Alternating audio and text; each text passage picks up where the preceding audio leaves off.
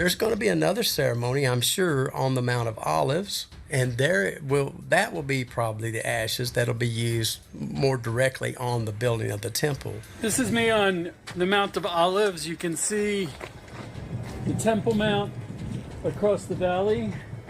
We're going to check out the place for the burning of the red heifer.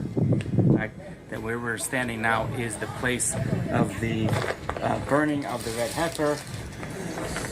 Here, there's a picture that's made by the Temple Institute of the red heifer's sacrifice and burning here on the Mount of Olives.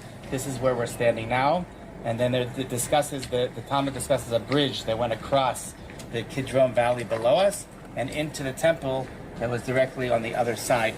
So this is where we are. We're standing right here where the Kohanim performed the ceremony of the burning of the red heifer. Well, did you know on July 1st, Temple Institute officials have successfully carried out the long-awaited Red Heifer ceremony? This is a huge moment in biblical traditions, but unfortunately, the ceremony was not performed on the Mount of Olives. This ceremony was done in Shiloh, the place where they have been keeping the heifer for the last 3 years. But because it was not done on the Mount of Olives, many rabbis and Jewish scholars are questioning the ceremony legitimacy. They said it didn't follow the rule laid out in Jewish law. Many Jewish people disagree with the ceremony, and some prominent Jewish leaders demand the second ceremony to be done on the Mount of Olives. Alright, Shalom. I want to give all praises, honor, and glory to Yahweh, by Hashem Yahushua, by Hashem, Rakah, Radash, the belongs to apostles of GMS, and sincere Shalom to the brothers out here pushing this truth and sincerity. Now, I'm going to just start off with the scripture real quick, just go before I hop into all this. So, this is Amos 1 and 11.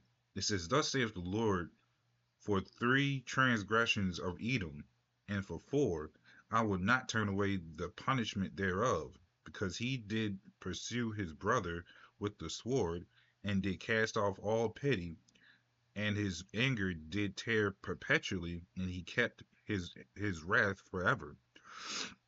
And this has remained true to this day, because of what he's done all the way up to now, even with us. He's been pursuing us for the longest time, and not only has he pursued us and put us into a massive bondage, but now he mocks us even further by building a temple that's not even his. On top of that, now he's trying to make a heifer into a statue, which is an idolization, or making it into basically another god, because we did not do that. Now, this is hilarious, because they're referencing Numbers 19 from this whole red heifer thing, right?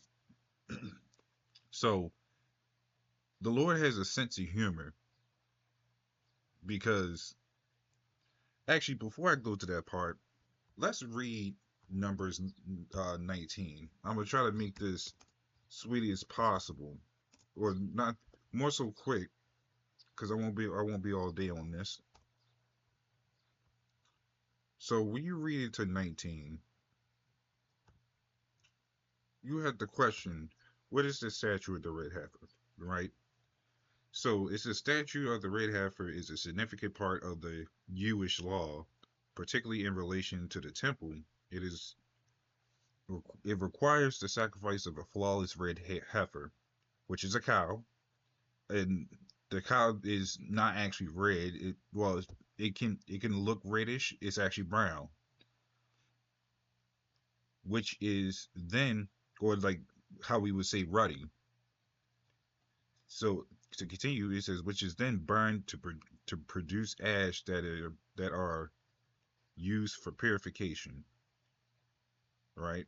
It says ashes are mixed with water to create purification water, which is essential for entering the temple and performing rituals. Now, let's read into this real quick. Now, this is 22 verses, so I'm going to probably skim through some of it. So we're going to start at verse 2. It says, "This is the ordinance of which." Sorry, this is the ordinance of the law which the Lord have commanded, saying, "Speak unto the children of Israel." Children of Israel, this is the Jewish, that they bring thee a red heifer without spot, wherein is no blemish, and upon which never came yoke. Now, that's what they're referencing to Numbers. Now, as you read down, you'll see that it's a process to what you're supposed to do, such as, actually, this is going to be an important part. We're going to come back to that. It says, "And Eleazar the priest shall take her blood with his fingers, sprinkle the blood directly upon before the tabernacle in the congregation 7 times. One shall burn the heifer in sight, with and her flesh and her blood, and with her dung shall burn. Then the priest shall take cedar wood, hyssop, scarlet, and cast it in the midst of the burning heifer. Then the priest shall wash his hands, and he shall bathe his flesh in water. Afterward he shall come into camp, and the priest shall be unclean until the evening, which be evening in today's terms." Now, we're going to skip down further. I want to say,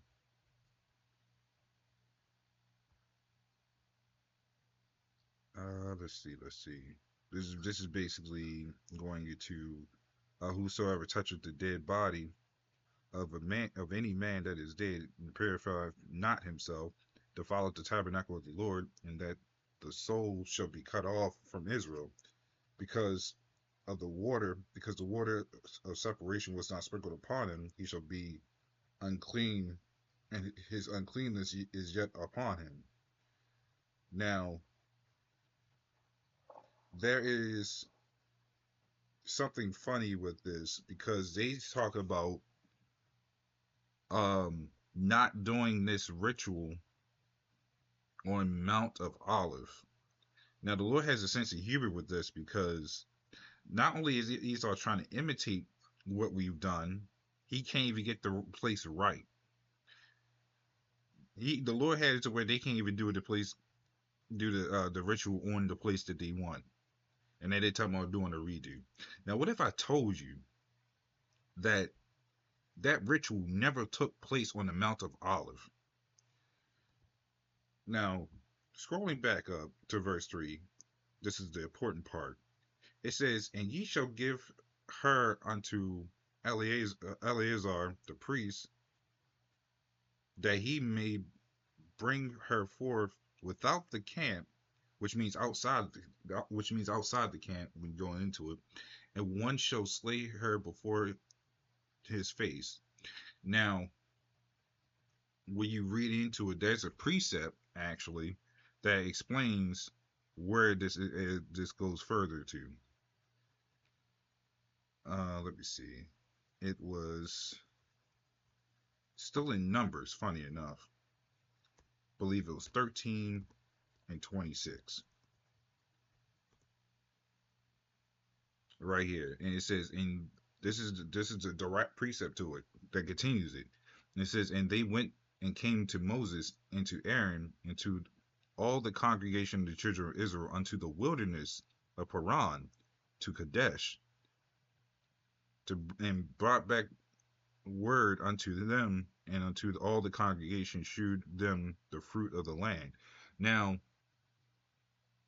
this is funny, because this is all going towards the 40 years in the wilderness, which is explained right here.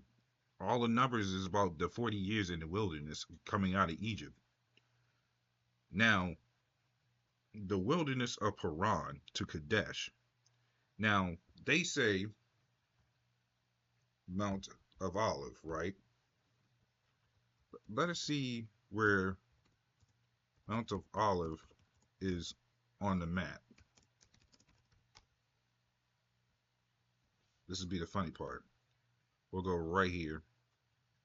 I'm not sure if I can zoom that in pretty good. Yes, I can. Mount of Olives is just right outside of Jerusalem, but we just got out of Egypt. So why are we back at Jerusalem when that doesn't even sound right? So where is the wilderness of Kadesh? Let's try here. Jerusalem is up here, but the wilderness of Kadesh Barnea is down here.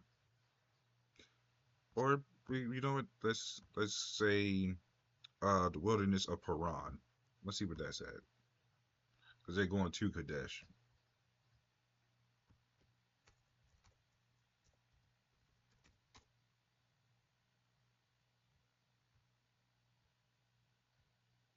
Ooh, hold up.